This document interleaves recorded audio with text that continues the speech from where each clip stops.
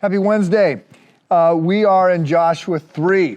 This is a very exciting moment. They are now approaching the Jordan River. There's 2 million people. They've been out in the desert for 40 years. Now's the time. Joshua's the new leader. He's approaching.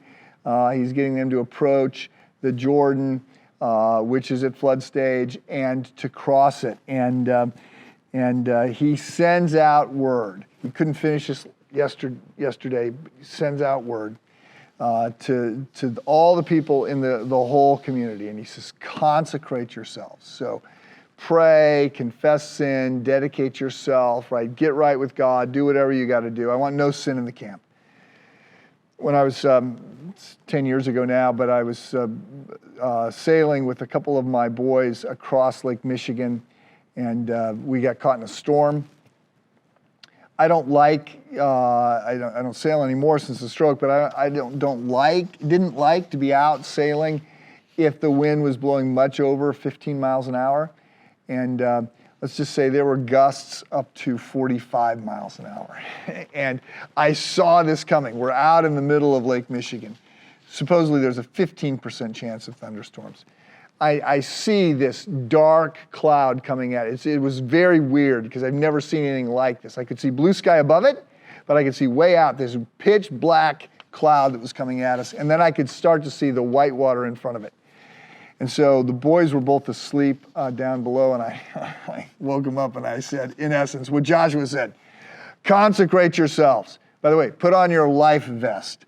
But wake up and get ready. If you've got unconfessed sin in your life right now would be the time to be right with God, because we are heading into a real challenge.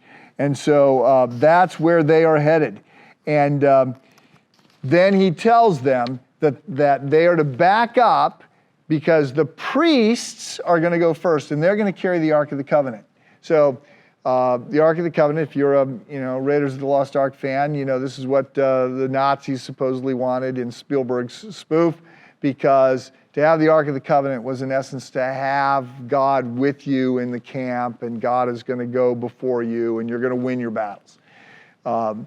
So it's got the copy of the Ten Commandments, and it's got Aaron's rod that is a stick, but it's blossoming.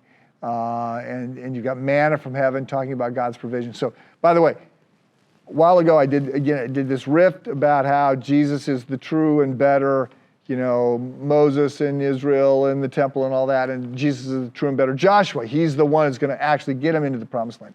Jesus is the true and better Ark of the covenant, right? He is the perfect fulfillment of the Ten Commandments.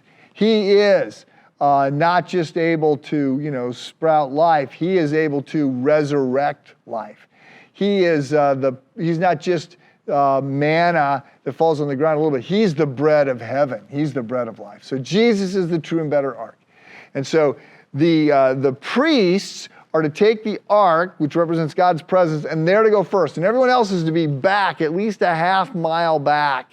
And they're to watch as the priests approach the Jordan at flood stage. And then, out of time, back tomorrow. I promise tomorrow we'll figure out what comes next. See you then.